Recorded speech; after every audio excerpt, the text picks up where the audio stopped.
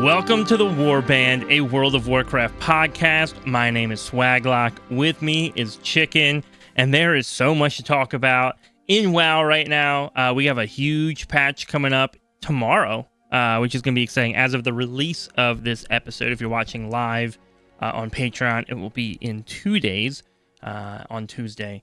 I'm pretty excited. Our guild's been talking about the new raid boss and plans for that, so that's been pretty good. But Chicken, dude, how has WoW been for you this week? Anything fun, exciting that you've been up to? I'm glad you called it the new raid boss and not the new raid. Dude, I got some heat for that going into this. Remember when we went into this expansion and I was like, I don't know if I like that they're calling it 3 raids, right? Like, oh, you got 3 raids this season. Well, technically 4, right? Yeah. And people were like, you don't count raids by the bosses. You count them by being a raid. I'm like, yeah, but when Blizzard says, oh, hey, there's going to be a new raid, you're thinking like, oh, yeah, dude, I get to go kill like 8 bosses, right? Like, you're not thinking like 1 boss. It's fundamentally different. I don't know how I feel about that. But now, because, what are you saying? Like, if you think about a dungeon with, like, imagine a dungeon with just 1 boss, that's basically just a delve at that point. Yeah. And that's kind of like the conversation, right? Like, I don't mind this late in the season. Like, this late in the season, if they're like, hey, we have a new raid coming out, and it's just like 1 boss. I'm like, oh, okay, cool. Thanks for the boss. Thanks for the little thanks for like the little extra content. Like, awesome. But if they were like, oh, hey, yeah, season 2's coming out, and the raid is gonna have 2 bosses, and that's it. What? Yeah. No. What? Right? Mega sauce. Yeah, and so it kind of felt weird when Blizzard was like, oh, hey, we have 3 raids at the start of this season, plus a 4th raid. You got 4 raids this season. But then, like, 4 raids is 1 or 2 more bosses than, like one a normal raid. Yeah, it's like realistically a single raid. It's got, like, that deceiving eye to it, but then, I mean, okay, I'm not saying that it doesn't take work to do the, like, the artisanal, like, you know, parts of a raid, obviously. Creating all the content, dialogue, the design, the dialogue. Like, come on. Like, that assets, takes work. And that's appreciative, right? Tuning but, mechanics. like, it just feels weird when they're like, we got 3 raids. And you're just like, okay, yeah. I mean, you got 3 raids with, like, the equivalent boss fights of, like, 1 traditional raid, which, that's fine again. Yeah, I think... For you and I, it's less of a question of like, oh, is going into an instance count as a raid, right? Like if it's titled as a raid, it's less of that and more of just like the marketing of it. Like if somebody's like, oh, hey, which raid are you going to? I'm not gonna be like, I'm going to the Midnight Season 1 raid. What are you talking about, right? Like obviously, I'm heading to Voidspire, I'm heading to Dreamrift, right? To that extent, I get it. I 100% get it. What I'm just saying is the like marketing, trying to make it sound like they're giving us more than they're actually giving us. That's where I just get like a little weird about it. But again, that's old news. The new news is that we have another raid, single boss raid. We have a single boss raid coming, and I like that, dude. I really enjoy bits of content that are dropped during the season. And I know that in maybe the higher push players, right, the more competitive players, that's not always their favorite because they'll come back and be like, what was the point playing in the rest of the season? Because now the 0.1% title is going to be like, I don't know, like they get kind of worried about it because they're going for like a percentage title. But for the vast majority of WoW players, you know how nice it is to get like a little content, a little gear boost late in the season, like a little extra something. Dude, it's great. Oh, it's fantastic. I love it, right? Yeah, dude, I'm excited. You know, especially this week, I felt really good about some dungeons that I've done. I got that dungeon fatigue with freaking Windspire, dude. That dungeon like fatigued me so bad for the last couple weeks. Ooh. It's a fun dungeon to tank, but yeah, you could get tired of it. Dude, I did like 5 12s of that dungeon. I could not time a single one until this week, and I was like, thank you, Jesus. Like, thank you. Like, and I finally was able to just be like, okay, I'm not doing that dungeon anymore. So then I moved on to the next one. We can run like a 13 of it if you want. What'd you say? We can do like a 13 of it if you want. Of Windspire? No, I'd rather do terrible things. Like I'd rather do terrible things than run that dungeon. Nah, it's not a bad, like, it's an enjoyable dungeon. Chicken is the reason Mankirk's wife is missing. What'd you say? Nothing. What were you saying? Oh my gosh. It's an enjoyable dungeon, and maybe if we have time, I think maybe in the next couple weeks we'll definitely start talking about what our opinions of season 1 and things about that, raid, what we thought of the Mythic Plus season. I mean, obviously you're going to be a lot more talking about raid because I don't know anything about raid since I did not do it yet. So we'll be obviously chatting about that, but I think it's one of the better dungeons in this pool, but man, I could just not get through it. Yeah, I like Windrunner, but again, the route, right? Like just like your pool sizes, knowing what you can pull, but also just like the group. The group for Windrunner just makes or breaks that dungeon. Because it does. There's stuff that just has to be kicked. There's stuff that has to be handled. There's like mechanics going out. There are a couple heal checks. There's nothing crazy, I think, on heal checks, but there are a couple.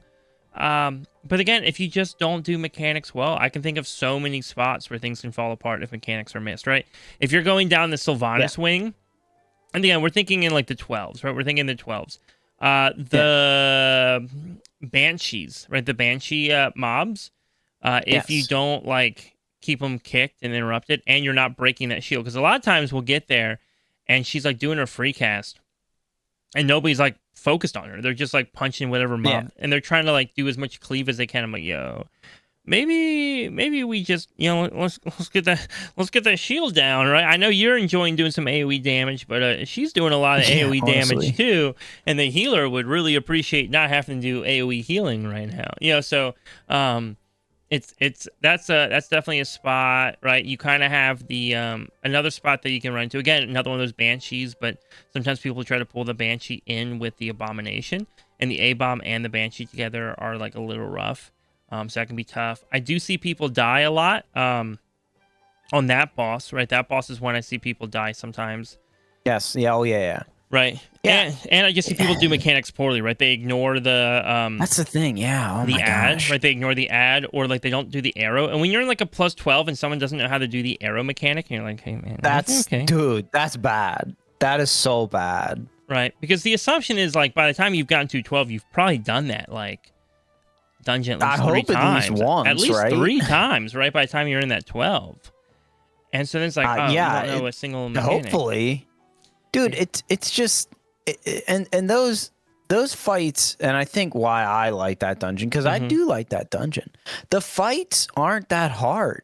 Yeah. They're pretty easy. If you can do the mechanics, there's no like heal checks really. I mean, there is a little bit, maybe if you count the third boss when he's doing his ripperoonies. No, the Firebird can be a little bit of a heal check sometimes.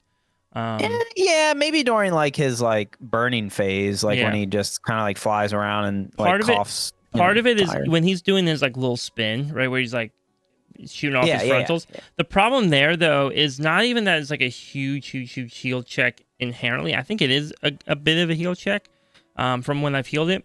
But then you just like see players standing in everything they can possibly stand in. Oh yeah. It's like, what's going on, right?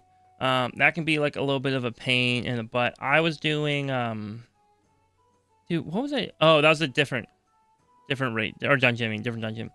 Right, but healing there. You also have like the healing on the last boss. The last boss has like a little bit, nothing crazy though. I don't. Yeah. They have the arrow frontal and like all that kind of stuff. But there are spots that can choke, and I don't think any one of those spots are particularly that difficult.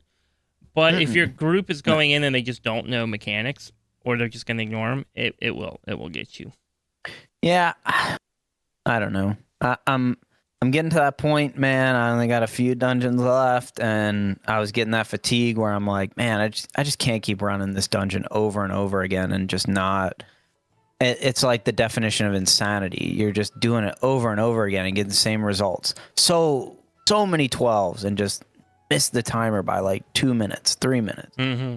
Like, dude, we cannot keep doing this. So was it just like deaths or just like slow the kill? Oh, it was deaths, like low damage. Like I gotten into a lot of keys recently. Just the damage is so low. People just are not swinging the hammer very hard. Dude, you know what I've done to fix that problem? What to do with that.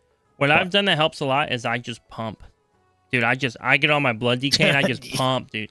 Actually, you know how many said than done, bro. You know how many dungeons I've been running where I'm doing like more damage than the DPS on like trash packs? It feels great.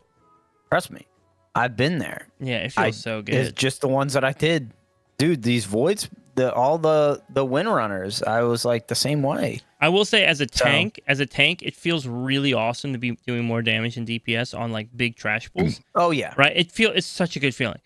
With that said, sometimes it's a good feeling. If you then proceed to go to like a single target boss and you're still doing more damage, then all of a sudden it's a really bad feeling. Right. It's like, oh no, what is this group, right?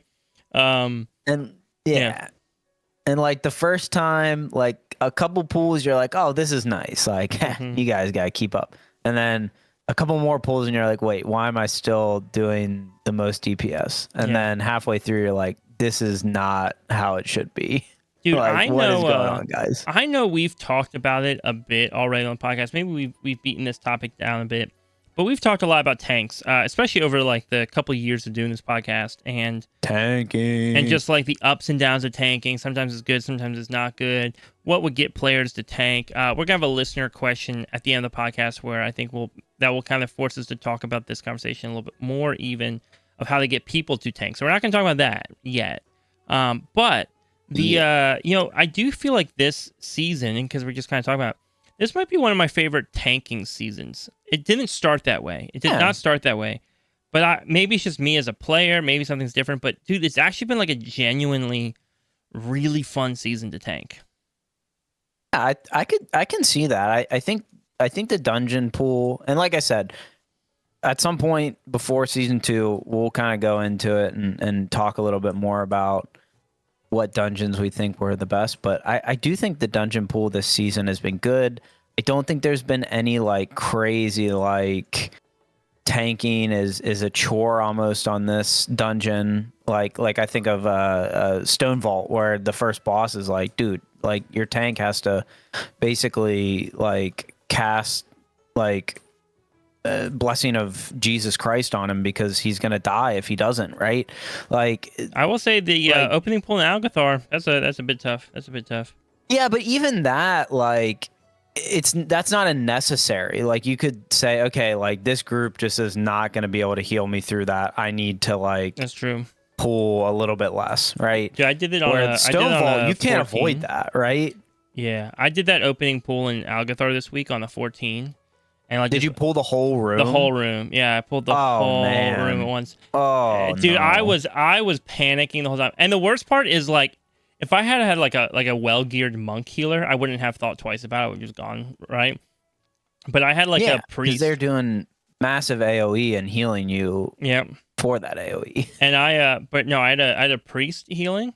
And dude, they were pumping, bro. Nobody died. We did it. One thing I'm trying to get a lot better at, my weakness has always been that like I'll randomly turn my back to mobs when I'm like moving them or kiting them or just goofing off, just me being silly while I'm jumping and punching things. And so I've like on those big pulls where I'm like a little more nervous, I'm like, dude, I think I probably lose way more health to those back swings than I realize I do. I'm trying to get like a lot better at not doing that. Mm-hmm. No, I agree. It's not easy. But Algathar is interesting because you have that really terrifying opening pool, right? He's like, this is horrifying, this is terrifying.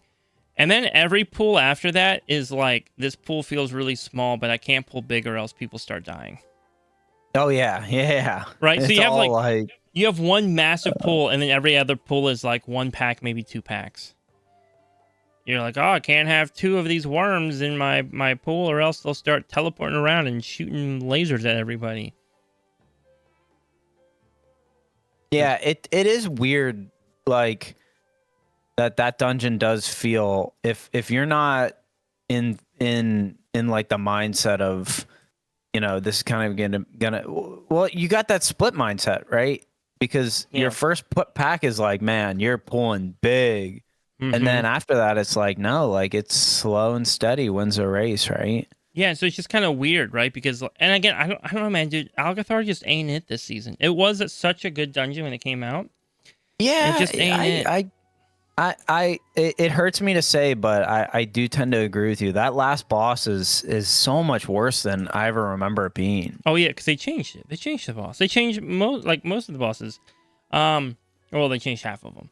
But again, it's this weird. It's this weird thing where it's like a hyper stressful first pull. And I know Blizzard developers would be like, it actually shouldn't be that stressful of an opening pull. You guys just keep doing that. I get that, but also like we're racing against the clock. Like Algathar is one of the few dungeons where you're really actually racing against the clock. Yeah. And so I agree. Whatever you can do, right? Like honestly, if they just made a couple packs more stackable, it would be such a more enjoyable dungeon. Like that one worm that teleports around and just starts breathing. If those breaths weren't like an instant kill and like it was like, hey, this is really annoying, but you can live it for a little bit. Yeah, they need to make those things grippable or something. Yeah, something, dude. Something with them. And keep them interrupted. Would make it so much better. Yeah. Like that's got to be something that you can CC or something. Yeah, and then the guys at the end, right? They're a pain in the butt and they're annoying. But if that was all we had to deal with, I'd be like, oh, okay, cool. Like if I could stack up packs elsewhere and then just single target down some of those packs at the end, and she's like, oh yeah, of course the big strong guys are right at the end of the dungeon. Like, okay, cool. But it feels like after you do the opening pull area, everything's slow, right? Because you do that big opening pull, you fight the boss. Then you go fight the one mob, the single mob on the platform, right? That mini boss on the platform. Yeah, right. Then you fly down and you fight one pack of birds. Then you wait for the next pack of birds, and you fight one pack of birds. Then you wait for the next pack of birds, and you fight one pack of birds. And then you fight the bird boss, and then you run back across that platform where that mob was, but now he's gone because you beat him already. And then you fight one pack of worms, and then you fight one pack of worms, but then maybe you kind of kite it into the bridge mobs if you can. And you go fight one pack of worms and maybe grab like one of the tiny packs next to him, and then you go fight all the books. You stack up all the books together. The books. Yeah, that is kind of a weird one. You got to fight some books. Yeah. Me in high school. Right? It's just, yeah, I don't know. I was that, again, I said we were going to talk about this at one point. We're kind of just talking about it now, but that's okay. That going into this one, or into this season, was probably the one I was looking forward to the most, but now I feel like it's the one that I look forward to the least. Well, other than Windrunner Spire, of course. Yeah, but even Windrunner is like, I like it. It's just so rough. Dude, I should have got my healer geared up more so I could help you out in Windrunner.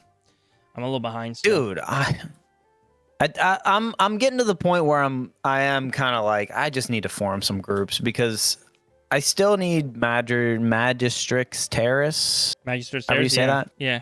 Yeah, that one scares me. And kind of back into the tank conversation, right? This is one of those dungeons that I really just want to be like, tank, just do it. I'll DPS. But I'm just not on DPS as much, and I just don't know if I feel comfortable DPSing a 13 yet. That's what I have, a 13 Magistrix, or however you say it. I think you could take Magisters. I think you could tank a Magistrix Terrace. No, I mean you could do either or. I think you could deep it or tank it. I don't think Magistrix Terrace is too bad. Routing wise, it's not that complicated. You're not like doing any crazy pulls. It's a pretty safe one generally. I think that one just scares me because like just the overall layout of the dungeon is so like touch and go, because you got like the library and then you're just like opening up walls and stuff like it. Oh, I see. Just feels kind of touch and go. It's like the routing, like the beginning at least. So it's not that bad, I might try to run it today, and I'll have to teach you the special library route. The special library route? It's not that special. It's just what everybody does. It's basically I used to like jump through the library and just like speed run through it and then try and grab all the stuff at the end. But you know how there's that fire mage mob right before you go through the secret bookshelf? Like in order to unlock that, you have to beat her. Yes. Yeah. So when you go into the library, go to start on the left, right? And then there's like one of those like little mobs, like one of the mobs stand there that if you get in their circle, it teleports you back to the start and stuns you for a little bit. Yep. Don't go through the circle, but just come up towards the side of the circle, and you can just taunt the fire mage mob and have them run over and fight you, and then you just fight them right there. and that way you can like skip all the like the books you have to fight. And you just take that mob out, and then it once you kill that mob, all those ads that are like that would teleport you, like they just go away, like they stop doing that. So. Oh wow. So save some time. That's good tech. Good little tech right there. Yeah. Yeah. I mean, because I'm just thinking through dungeons, right? So, Magister's Terrace though, I think is I almost want to say it's enjoyable, but then I don't always enjoy it. I think it's because it feels too like. It feels like I don't know if I always love dungeons where you progress it and then you progress it again backwards. If that makes sense. Oh yeah, where you're basically like going through the terrain and then you have to go back through the terrain with new mobs. Yeah, and new bosses. I don't know if that's my thing. I get that. I don't know if that's my thing. I can get behind that. Yeah, it does feel a little like copy where it's like, oh, like did we just use the same like general layout? Sometimes it's not bad. Like I'm trying to think of one that does it other than this one. I can't necessarily think, but yeah, like I understand what you're saying. Yeah, and the bosses aren't too bad. I enjoy that first boss. He's fun, especially as like a tank. Although I see people die a lot, and that makes me sad.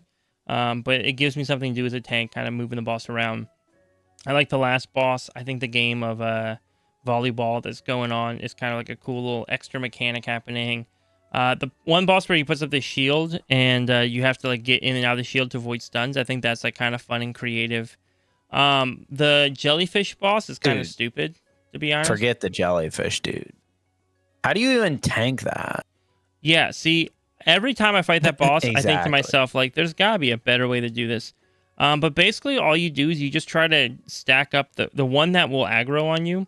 You just try and keep that one stacked up on as many mobs as you can, right? So, like, you just keep moving it around so you always have at least one other jellyfish with you.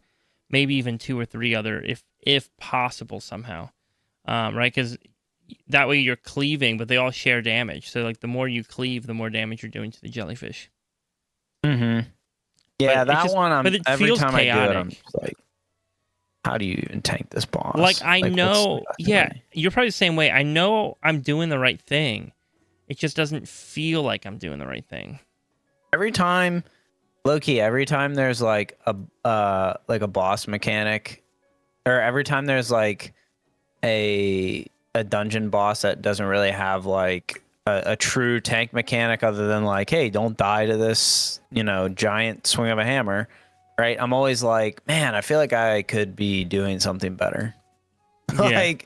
like, could I be positioning this better? Like, I always just like doubt myself. Like, oh, this boss just can't be this easy for tanks. But maybe it is because there's not enough tanks. I don't know. That's true.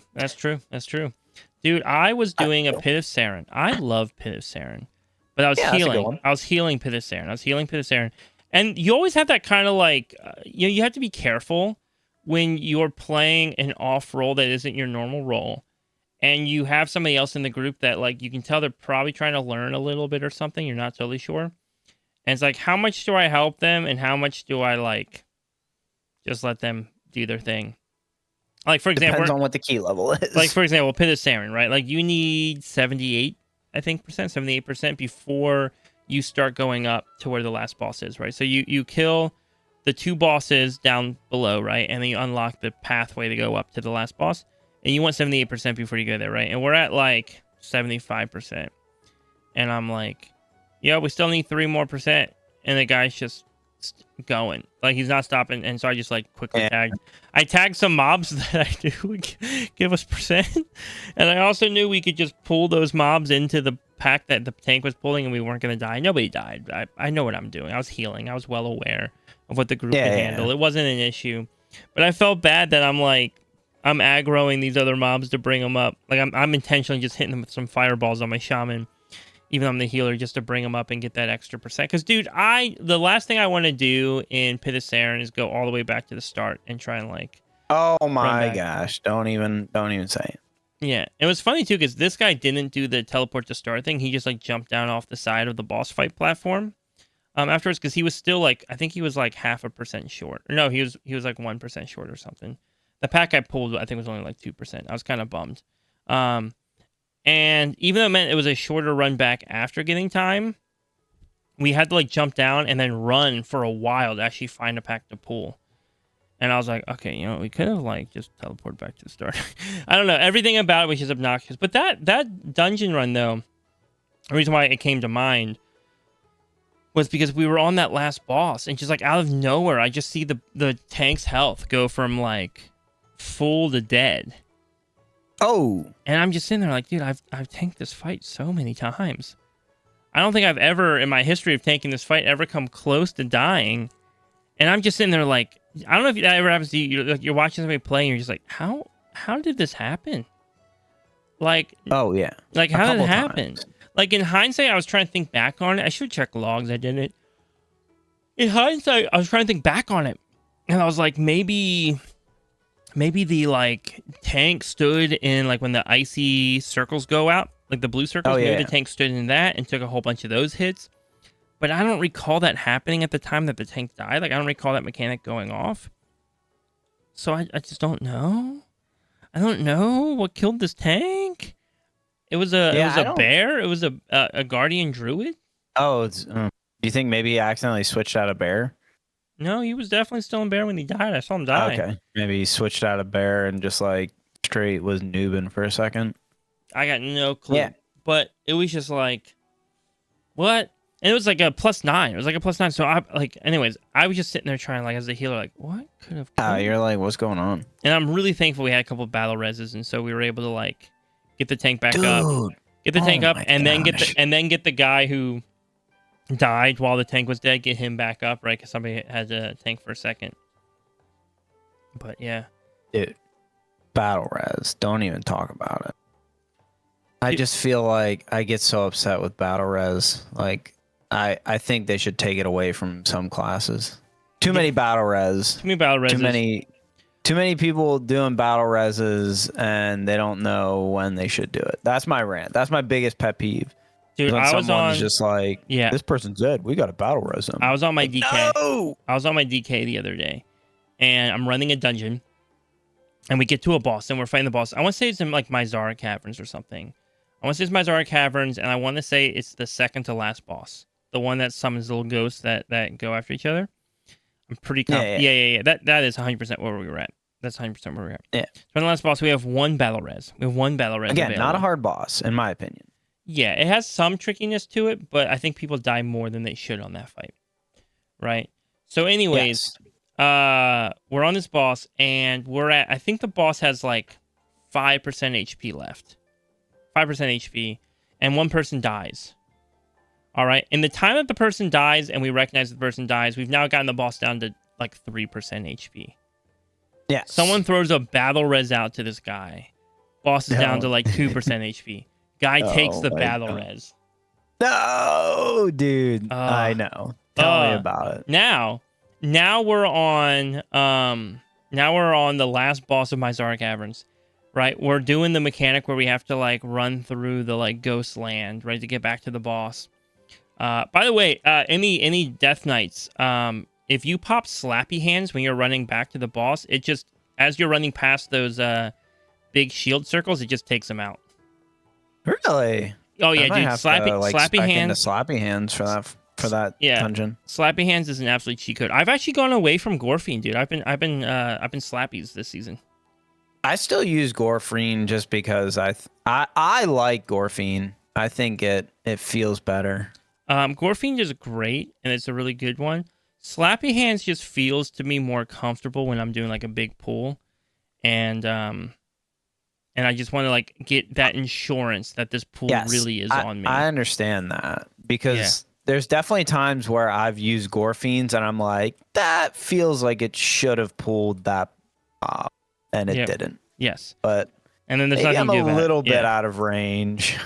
So anyways, there we are, right? We wasted that B-res on to get somebody up when the boss was at 2% health for whatever reason.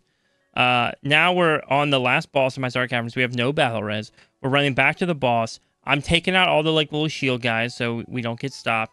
And then like right when we get up to the boss and we're like punching the boss, I guess the healer still had gotten stunned a couple times or something. They're struggling. They get through and they just like instantly die as soon as they get through the shield, right? So they're there with us. They're in res range. They're in battle res range. And I got no freaking battle res on my bar because some ret paladin had to B-res his like buddy or whatever and get him up. Ugh. I think that's like the thing that like that pains me the most with battle res is the like, hey, you have 2 rolls that if one of these rolls die, you lose this boss fight, right? Like I've killed bosses without a healer, like a healer went down late in a fight, but usually again it's like late in a fight, like boss has 30% health, 20% health, right? Something crazy. But that's rare. Most of the time that is not what's gonna happen. But dude, you know how frustrating it is, man, when you are like on a boss and you need to battle res like your tank or your healer. Yeah, you have to use that thing, yes. Right.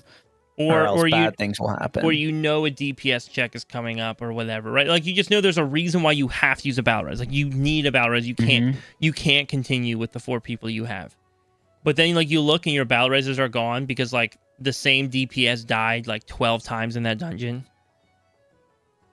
And just kept getting rezzed over and over and over again. You're like, guys, what are you doing? Don't use the B-res. Yeah. I think that's probably my pet peeve. That's my pet peeve is the like the B like the I don't know what term we would use for that, right? But the B-res soaker, right? The guy who is just like determined in your group that he's going to use all the battle reses you have available. The B-res cooldown aficionado. He's got to have that B-res on cooldown, man. Every time. You gotta have that B-res on cooldown, man. Dude, in fact, when he sees that the B-res is up and someone else can battle res, he'll go down just to ensure. Right? Oh, come on. One time he joined a guild and asked about how to like efficiently use his cooldowns. And somebody said, well, the best way to use cooldowns is by keeping them on cooldown. And he took that to heart to mean battle reses too. Battle reses. You gotta die that way you can battle res. Yeah. Imagine. That's gotta maximize your battle res usage. But anyways, all that to say, that was like a little frustrating. It does make me think sometimes though that like, man, there's gotta be like some system. It's just the fact that like tanks can go down, and then just like there's nothing you can do about it because Timmy over there had to like battle res 12 times. But also again, it's a team effort, right? At the end of the day, it's not just about can Swag live this or is Swag have enough B-reses to be kept alive. It's like, no, at the end of the day, this is a team effort. And if the team chose to res the same dude 7 times, so be it. If the same dude had to die 7 times because he doesn't want to obey mechanics. All right, that is what it is. You know, we should create an add-on that allows you to vote if you should battle res that person or not. And then goodness. Dude, imagine the chaos. We should put it in the add-on trials for CurseForge. That way we can win money. and just see if like anybody ever downloads this thing. Dude, it just comes up with a like whenever someone dies in combat, it just comes up with a quick like UI that says, should we B-res this person? And just lets you vote yes or no quick. What it should be is like, should we B-res them? Yes or no? And then you click yes, and it's like confirming, are you sure? Are you sure? Right? Like what is it's a DPS, yeah. If it's a DPS, it just says like, are you sure you want to B-res this person? Yeah. Yes. You go to B-res them.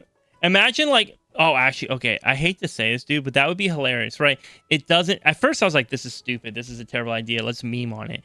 But now that I'm thinking about it, and it still is a stupid idea, but if we were to kind of take it semi-seriously, imagine like if you're trying to B-res a tank or a healer, it doesn't say anything. But then if you try to like B-res a DPS, it's like, are you certain that you can't get through this fight without this person? Exactly, yeah. Yeah. Because most of the time, I feel like the answer is you can. And it's funny because like I can think of like high-end players who are like, no, dude, if a DPS goes down, we need them. Like we cannot do this fight without their kicks and whatnot. Sure. But for like what we're running, most of the time, B-resing that DPS and losing that B-res is more detrimental. I'd also like to clarify that what I'm talking about is for other groups. Obviously, groups that I'm tanking for, I've never needed to be B-resed. I don't need a Oh BRES. my gosh, get out of town. Right. So I just want to clarify. I'm speaking for those who don't have a voice. You're speaking for the unfortunate. Yeah, I'm speaking for those who don't have who normally would not be able to have a voice on this podcast, and so I want to represent them. Obviously, I've never died in a dungeon. Just let me clarify that. Let me clarify that that's fake. But if we were to like segue into a different topic, if you're okay with that. Yeah. What do you think of these add-on trials? I'm curious what if you've ever seen anything like this. I've never seen anything like this in WoW, and I'm curious of your initial thoughts. I'm assuming you know what it is. I can explain it if you don't. You know what? Let's pretend like I don't know what this is and explain sure, it yeah, that's a good idea. So that our listeners they can know what it is. And do you have a link to so what'd you say? Did you put a link in the notes? I will right now. So the add-on trials are something that is actually being put on by CurseForge. It's not necessarily WoW. It's not sponsored by WoW, but it's kind of got some like WoW. You know, it's kind of like the Raider.io stuff, right? Where it's like, does WoW sponsor Raider.io? Like the what's it called? The great, or it's not the push, the break the meta. They don't really sponsor it, but it's kind of like, they kind of have a hand in it because they allow the toy to be implemented in the game and kind of, tracking details in the game. So I think WoW definitely blessed this through CurseForge, but it's not like, hey, WoW is running this, but it's a competition to see who can build basically the next big add-on for WoW, and there's a pretty significant prize pool. I think it says if you were to win, you get like a couple $100. So it's not like, first place gets $2,500, and then every other sequential place gets 15 and 1,000, and then the rest of them get $300, which $300 to make an add-on is pretty good money. And it's basically just, hey, how many downloads can you get of a new add-on through CurseForge? And to me, I think it's kind of neat, but one, I want to know, are you aware of anything ever happening like this in the past? Because if there has been, then that's awesome. But if there hasn't been, well, we can talk about that. And then just your general thoughts. Yeah, it's all sponsored by CurseForge. They judge things on originality, user experience, and design is what they say. And it looks like it's going to have finalists in the next month. July 19th looks like when the community will vote, and then they'll determine winners July 15th. So if you're interested, you haven't heard of it, we'll put a link in the Discord and you can check it out, but it seems pretty legit. So this isn't like clickbaity or anything like this. This is a legit sponsored event, not sponsored by WoW, but WoW definitely has blessed this event, I'm assuming. So I have no clue. It does seem like they have like a pretty big budget to give away for prize, which is kind of surprising, right? I don't know how much money. $8,000. That's not a little bit of money. Yeah, that's not an unserious amount. Dude, better than prize pools we're seeing for other things often. Yeah, right. Yeah, so are you aware of anything like this ever being in the game? I'm not aware of it. But no, I'm not. I don't know of anything I've seen like this before. I have a thought. I have theories. I have theories. Conspiracies. I have theories. Why don't you give me your theory first? If you don't address the elephant in the room, obviously one of us is. There's a big disconnect between WoW and add-ons right now, right? Yeah. I don't know if it's a full disconnect. I think there's a big disconnect in the general community as well as there's obviously a bigger disconnect in the competitive community. But I mean, I like the idea. I think it's a good way to get more add-ons in that maybe kind of, zhuzh up the game, maybe add in some good usability for out of combat, of course, and maybe kind of lay some grounds for some future good competition or some good add-ons to come in. But I think it's got to be pretty heavily driven by the recent change in add-ons. I'm wondering if maybe they're just not, if CurseForge is just not seeing the traffic that they used to for add-ons for WoW, and maybe, hey, how are we going to make this better, right?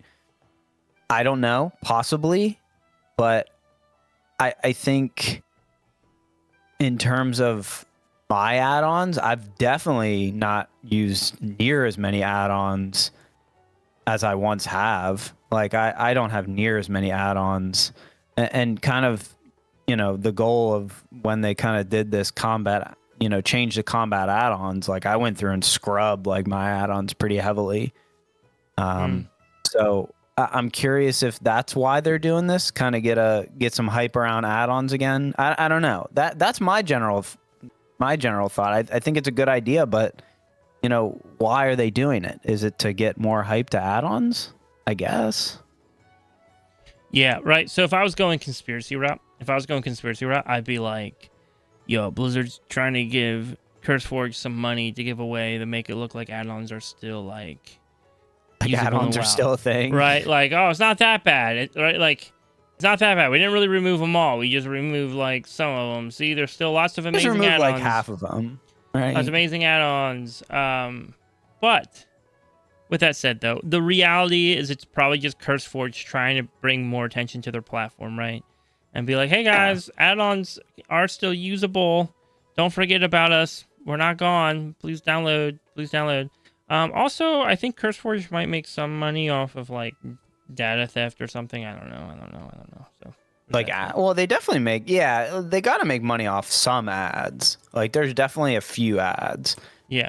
But it wouldn't surprise me if they have like cookies that they sell and things like that. Because there's the CurseForge app, but then there's like the Overwolf app. Like Overwolf is like the yeah. And I think the Overwolf app is like pretty sus, from what I understand. Oh yeah, 100%. But anyways, the other thought I have on this though is like, dude, and somebody should record what I'm about to say, because one day I'm gonna do the very thing I'm complaining about, and then people are gonna be like, Swag, aren't you a hypocrite? And the answer is, yeah, I am a hypocrite, dude. Absolutely. I have no shame in being a hypocrite. I don't like how this is starting. No shame in Swag being a hypocrite, man. If I don't like something today, I might still do it tomorrow. Who cares? With that said, my gosh. With that said, though, dude, think about how many like people see this competition happening. How many like vibe code add-ons do you think have now just flooded the CurseForge marketplace? Oh, probably a lot. Like so many, right? And I make fun of it. I mean, I know there's people who are like, but Swag, I finally got to make an amazing add-on that I've been so excited about, and I really, tested everything, and I checked through it all, and it looks great. And it looks great, and everything's perfect. Awesome. But how did you look through it if you don't actually know how to code? Right? Like how do you actually know what this thing, like, sure, it does what you want it to do when you're in the game, but like, are you sure it's not like bogging me down a little bit more, right? Like, it would, yeah, 100%. Right, and so that's kind of the like, dude, there's already like so many vibe coded add-ons, and again, I think vibe coding will get better and better with time, but it's just like, dude, I don't know if I want to put them in my game, right? I agree. So yeah, there's that thought. There's definitely gonna be like it's like that guy that has the app, right? He's like, oh, like I got a great idea for an app, and then it's like, yeah, like that's okay, but like I feel like we might need to like optimize it, because it's definitely not doing what you probably want it to do. Right? No.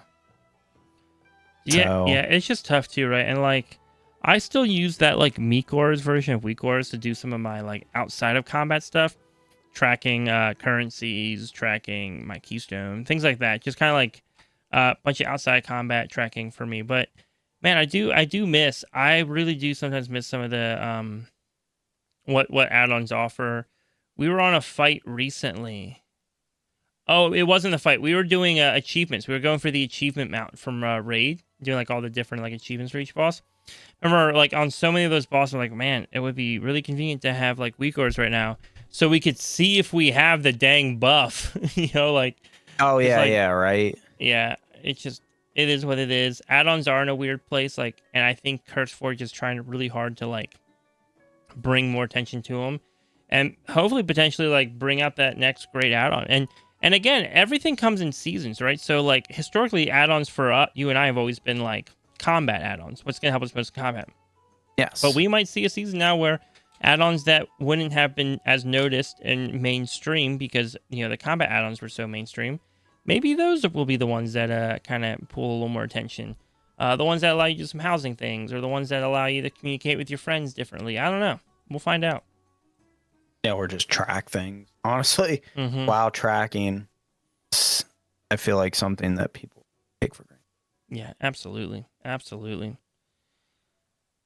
All right. Well, yeah, I think... other than that, there's not a ton of news. You got the next big patch coming out a day of this airing, so we'll look forward to playing. And that comes with two zones, right? Like two mini. They're called mini zones. I think so. Let me double check that while you're saying it.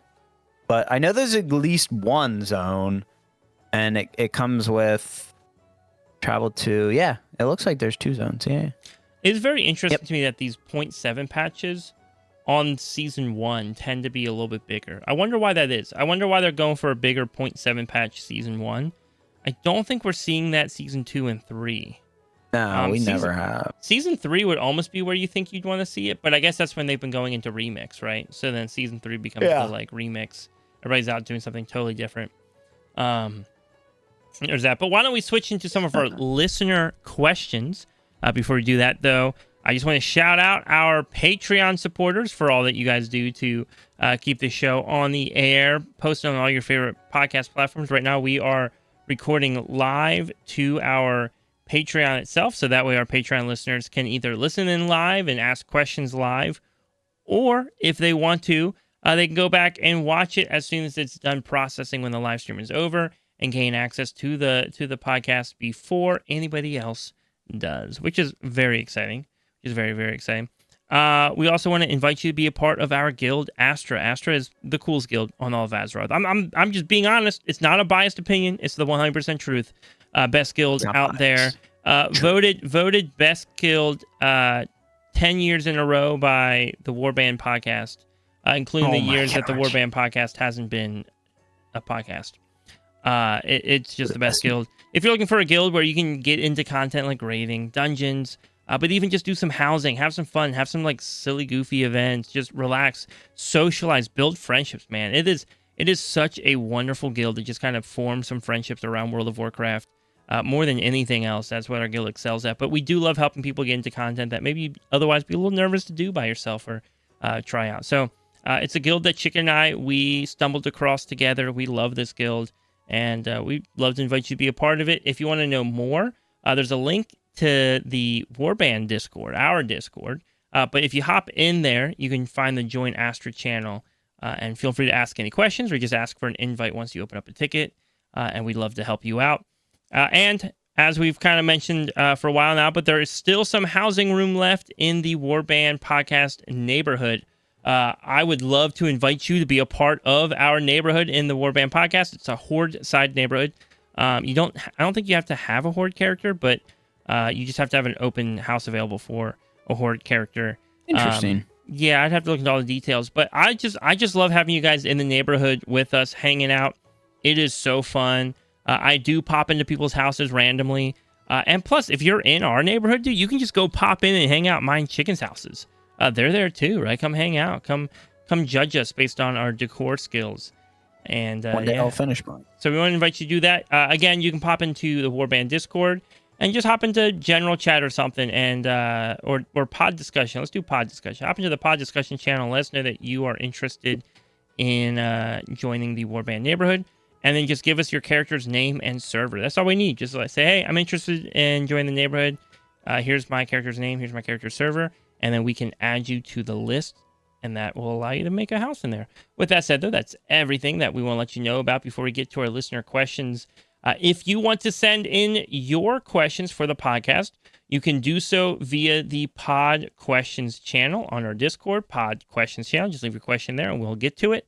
If you are a Patreon supporter, we do prioritize our Patreon questions, and we now allow our Patreon supporters to send in questions via audio files. So they can pre-record their questions for the podcast, which is a lot of fun, makes it extra special. And we're just going to dive into it. We got a couple smaller questions, and then we got a nice, big, juicy question coming up. So, first question from Tiger Ace Ray. I feel like we almost answered this one on a previous podcast episode, and then we had to cut it for time. We forgot. Looking forward a bit, where do you think our capital city will be for The Last Titan? Nothing seems particularly capital city-esque now that Dalaran is a pile of rubble. I would think that they would like it centrally located somewhere in Dragonblight. I've heard ICC thrown out, but I don't know if that would really fit. I'm thinking, on the scale of something like Silvermoon's overhaul size, although that scale may just be a one-off for Midnight. Yeah, that's a tough question. ICC. What is that? Icecrown Citadel. Oh. Yeah. Yep. Interesting. Yeah, Icecrown Citadel isn't really like a city. They can make it like a hub, but I think there's enough sus stuff going on in Icecrown that, like, even though Bolvar kind of been helping us out, I don't think we want to. I don't think we want to go to Icecrown.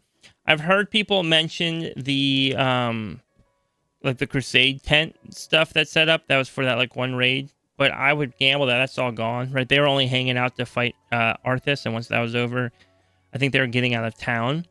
Another option could potentially have been Dragonblight, as you mentioned.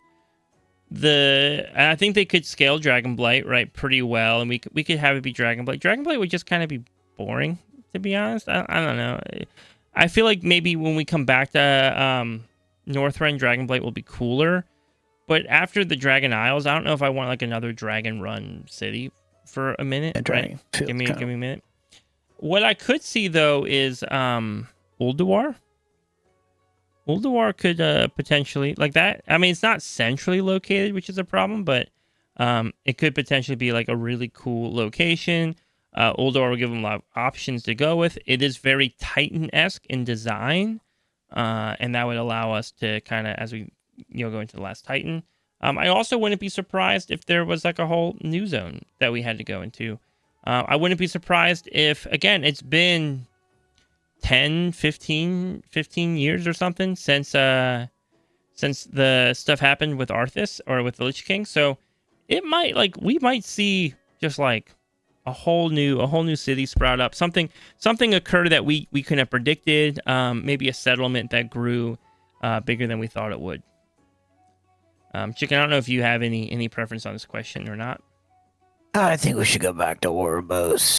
Yeah, what if Oribos just was still floating right above the ICC? Anyways, yeah, and I think Silvermoon's like a little special because it's Silvermoon City, right? It should be a big sprawling city. So that's kind of like a little bit more on the unique side. Snarky says, "What are your favorite movies? Can't pick. What's a quick top 3?" So, Chicken, I'll let you go first. Like your favorite movies, if you had like a top 3, what would they be? Oof. Yeah, so can't pick what's a quick top 3.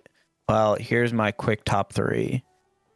And this isn't in necessarily any order. I think these are just the first like 3 movies that came to my head. Toy Story 2, definitely probably one of the best animated movies ever made. Like, I watch it all the time with my son. He loves Toy Story, and all the Toy Story movies are really good. 2 is probably my favorite. Another one, gotta be Star Wars Return of the Jedi, Episode 6, OG Episode 3. That's probably my favorite Star Wars movie. I used to be a huge Star Wars junkie. I still am, just not as much anymore. Just don't have a lot of time. And then a sleeper pick, Undercover, Shawshank Redemption. I don't know if you've ever seen that movie. Very good movie. Probably one of the best movies ever made from a book It's actually, I think it's the most watched movie, actually. Probably, yeah. Not because people actually like it. It's like the only movie that has like 0 rights on TV. So like anyone can play it and everyone plays it like all the time on cable. Like That literally. That makes sense. But like overall, that movie is a sleeper. It's a great movie. You never seen it? Stephen King novel, Shawshank Redemption. Great movie. All right. Again, these are just me shooting from the hip. I'm pretty confident on the first two, for sure. But like Spaceballs, I love Spaceballs. That's a good one. Yeah, I love Spaceballs. Back to the Future, I really love Back to the Future. I've never seen any of the Back to the Future. Really? Yeah, I love Back to the Future. And then I've seen clips of them. And then for the last one, dude, it'd have to be like a Studio Ghibli movie. I love Studio Ghibli movies, but I don't even know. Like maybe Spirited Away. It's phenomenal. I do love My Neighbor Totoro, even there's not like a lot of plot to it. It's still just a beautiful movie. That's like the like cop, or that's like the cover like Studio Ghibli movie. Yeah. But Spirited Away, I think is probably one of their best ones. Very good, very good. And I'm sure after we record this, we'll be like, I forgot about a movie that I love. But I forgot about Avengers Endgame or something. Yeah, but dude, I do love. It's hard for me to like rewatch movies, right? I'm not a huge movie person, but yeah, once I've watched it, I don't always want to rewatch it. But I do love. There's something about the aesthetic, I think, of Back to the Future that I love. I've got a guitar I love because of that movie. Dude, I still drive around DeLorean in Fortnite because of that movie. But no, it's dude, it's a good movie. So. Anyways, moving on to the final question. This one's a chonker question. You probably listened to the podcast thinking like, man, you guys got to the questions pretty early today. And it's going to be a short episode. Well, it will be a little bit shorter because we biffed the first recording. So it's actually our second recording of the Warband podcast this week. Yeah, sorry, guys. But with that said, though, we're going to go into... I'm pulling up the question here so we have like the whole question and nothing but the question. It's a long one. I'm in the wrong channel, but it's a good one. I kind of like it. And I will try to summarize it as best as I can. And then if the original question actually has like details that answer some of the questions that we're bringing up, I'll try to go back to the original question, right? But essentially, it's a question coming in from Nordy. By the way, the last question we asked was from Snarky. I don't know if I had said that, so I apologize if I didn't say that. But we have a question coming from Nordy. And he's basically, he opens up the question saying, hi, my question/suggestion is for how to increase tank and overall M+ population, right? Because we know that M+ is, relying on tanks and healers, especially to like form groups. Correct. So their question ultimately is, I'm just going to read the paragraph. I'm just going to read it. And then, yeah. What if you added the ability to run keys timed or untimed for Mythic Plus? When inserting your key, you would select timed or untimed. The untimed version would make it just a can you finish this dungeon attempt. And then this would remove a ton of pressure on tanks in M+, and might get more people to participate in M+, and more importantly, get people to play tank specs. This might make M+ feel more like the old days in BC/early Wrath heroic dungeons where you take your time, plan pools, and coordinate CC, and just make sure you can get through the dungeon at all costs. You could add enrage timers on bosses and mechanics to still have a skill/gear check. And because there is no timer, you would bump everything up a few key levels in terms of mob HP and damage. Additionally, you can make certain pulls in untimed dungeons match the time version by having large mega packs with 7 to 12 mobs that all get pulled together no matter what. As far as rewards go, they then proceed to list off like different rewards. So basically, in their mind, rewards would be a couple keys harder, right? So like if you get a heroic piece from like, let's say like I'm just gonna make up random numbers, like a 7 and 8, right? Then on the untimed, you'd have to do like an 11 and 12 or 10, like a 10 and 11 or something. Yeah. Right. Yep. That's the idea, right? So anyways, that's kind of what they throw out there. Right. So they're trying to like find a way. How do you like make a way where you have these two game modes that are like equivalent in difficulty, but different styles of play. Yes.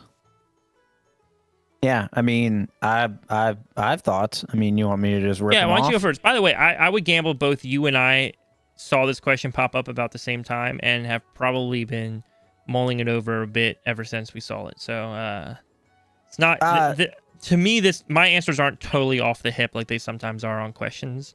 Nordy, you got me thinking. You got me thinking this week, dude, and I always appreciate that. I'm not gonna lie, I did not read this. This is the first time I'm hearing this. I did read it. And typically that's not me. Like typically I would be like, hey, I'm gonna read this question just because it's a longer one and it seems, generally, something that interests me. But, I appreciate this question. It's a good question. And I do have a lot of just first things, first off the mind, off the cuff things where, generally on paper, I think this idea would work. And I think the idea of having a skill-based, or not a skill, an infinitely scaling dungeon that isn't timed, kind of like, even it, in my opinion and my preference, kind of excites me a little bit because it kind of takes away that, like, okay, like if I mess this up, then like it doesn't really count, right? And it's not that it doesn't count, it's just most likely I'm gonna have to do it again, right? Where if this works, and I don't know how this would work in terms of rating, if you would actually get rating, or if maybe you do, maybe the rating still kind of tracks, but you have to do like 3 keys higher for you to get the same rating, or like 4 keys. Or be like a different rating system, right? You have like a timed. Or a whole new rating system in its own. But I think the thing that gets me the most is just, I get in this thing and I have a limited amount of time, and sometimes I get to the point where I'm like, is it worth my time, right? Because it's timed, right? And I think the idea is good. I think the making certain pools, having larger packs and stuff like that, I think that's unnecessary. Like, I think the dungeon should be exactly the same. Like, there should be no differences. Like, the only difference is there's no timer. Maybe on a boss, you might add an enrage after like 5 minutes. That way people aren't just doing like 22s. But the thing is, like, you got to get a 22 key somehow. So you got to be at least somewhat good. You know what I mean? So it's not like you can just, I mean, I don't know, but I genuinely kind of like this idea because it's almost like a feel good. Like, you can do an untimed key as a 12, right? A 12, he says Windrunner Spire, or they. I'm assuming it's a he based on the profile picture. But, they say a Windrunner Spire 12, right? Yeah. You can do that without a timer and feel good. Like, hey, I feel good with this route. I feel good with these pools.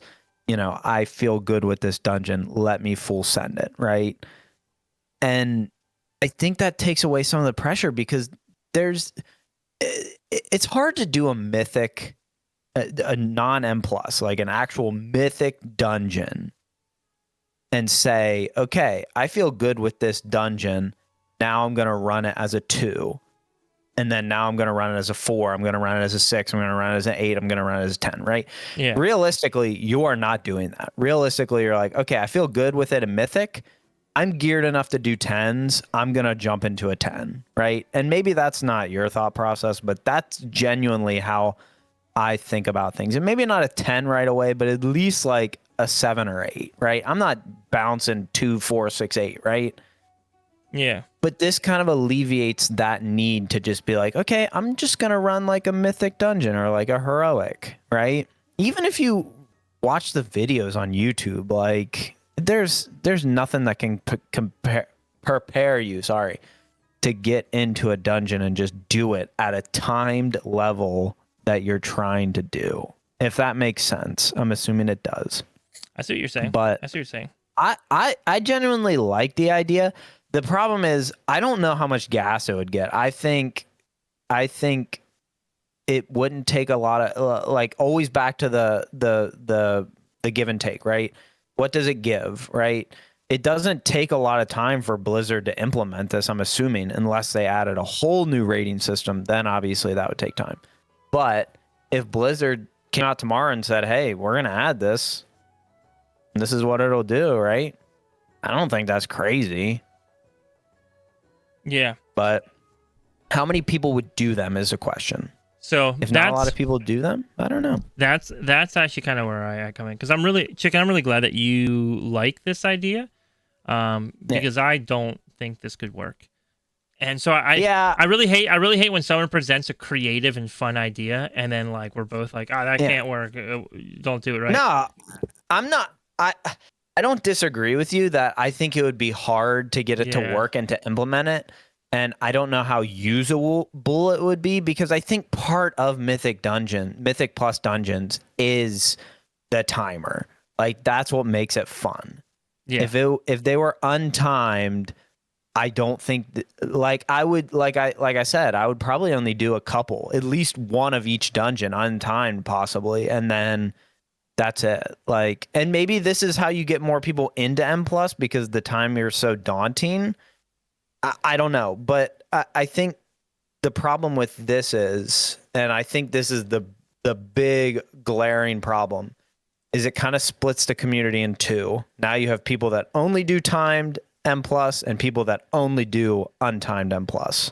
Yeah, and that's the issue that I was running into as I'm like kind of looking over this idea, thinking about this idea, is ultimately the moment that you split the player base in two for M Plus, that's where you run into trouble. So first off, before I say any of about what I'm saying, Nordy, I love this idea, dude. Keep shopping. Oh, it's a great idea. Right? Like, it's not a terrible idea. I'm gonna give reasons why I don't think it will work. And in all fairness, you can probably discredit my reasons. Ultimately, it's just like, well, Swag doesn't think this. Swag doesn't get it. Swag doesn't think this would be fun, right? And that's fair, right? Like because some of my stance is gonna come from like, well, I wouldn't want to, right? And that isn't always a fair argument, because, you know, not everybody is me. And there's a large player base out there of WoW players who are not me. Most WoW players I've encountered aren't me, right? And so that's important to keep in mind. So with that said, sure. I think it kind of falls in a couple spots. One, it falls because I don't think anytime you split the player base, I think that becomes a problem, right? So the goal that you stated is fixing the tank and M Plus population issue, right? If the goal you stated was M Plus would be more fun for me if this was the case, then I think that would be correct. But the goal stated is to like increase tank and overall M Plus population, which by the way can't necessarily be the same thing. It could be the same thing, but it can also be contradictory, right? Because let's say we're increasing the tank population and we're multiplying the amount of tanks in M Plus by 2, but then we're also multiplying the amount of DPS in M Plus by 2. We haven't fixed the tank problem, right? We have more tanks, but now we also have more DPS, and so the queue times don't change. So really, the question is, how do we increase the tank population, right? Because we want to get to a place where when somebody wants to do a key, they can just quickly get in and do the key, right? And because there's a tank shortage, we can't just quickly get in and do the key. We have to like wait for a tank to join our group, unless you're me and Chicken and you actually are a tank, and then you can just log in, do a key, and log out, and that's that.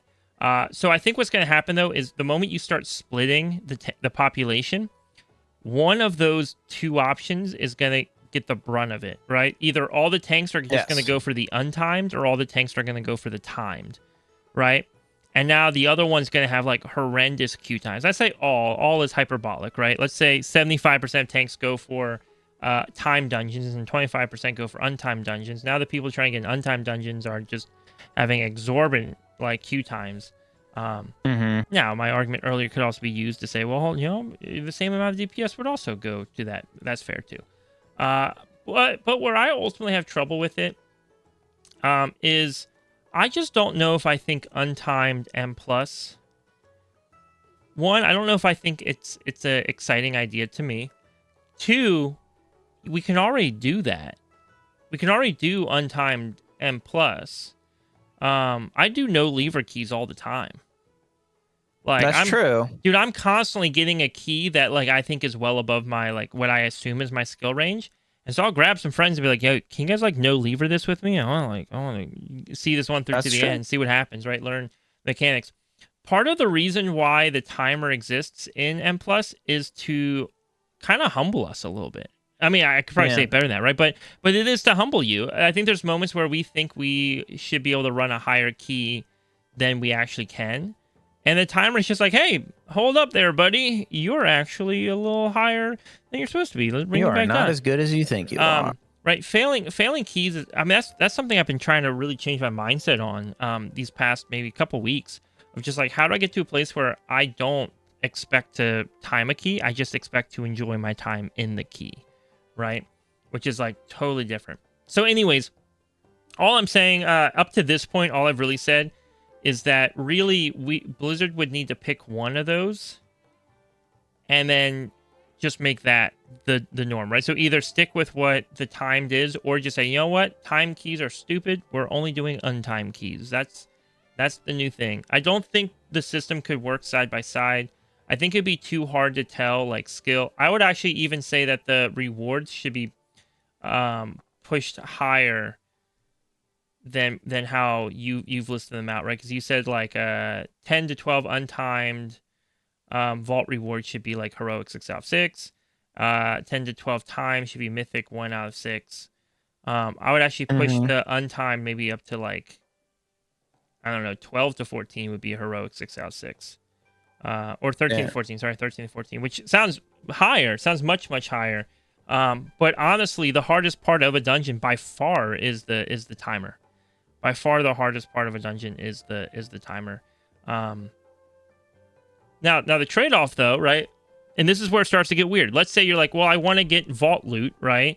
And now in order for me to get a mythic piece of vault, I can either run a plus 10 key, or I can run a plus 16 key or plus 15 key. Let's say 16, no time, like no timer, right? Or 15, no timer on the 15. Well, why don't I just run the 10 and just not time the 10? Right? Wouldn't that be easier? Yeah.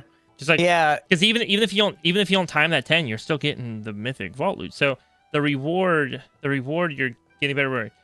Ultimately, though, the last couple points I have, and then Chicken, I'll give you some time to kind of critique the things I've said, because I think I've come across a little tough on this. And again, I want to still encourage people, like, send in ideas, send in thoughts, because just because I don't think it's going to work, I promise you we have a lot of listeners who actually love this idea, and who are kind of shaking their head right now because I don't love. I'm not saying I don't love I love that you have the idea. I just don't know if it's a product I would want yet. The other problem that I see is that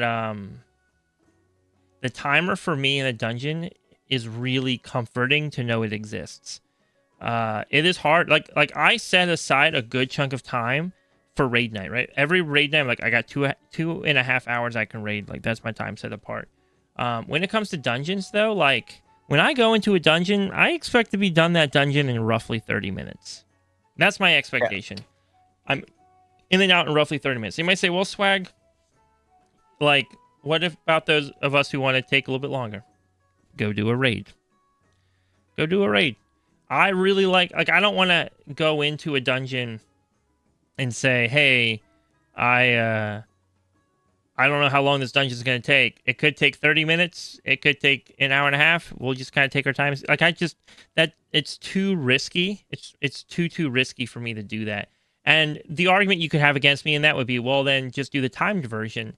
But I don't think you can have a timed and untimed happening simultaneously.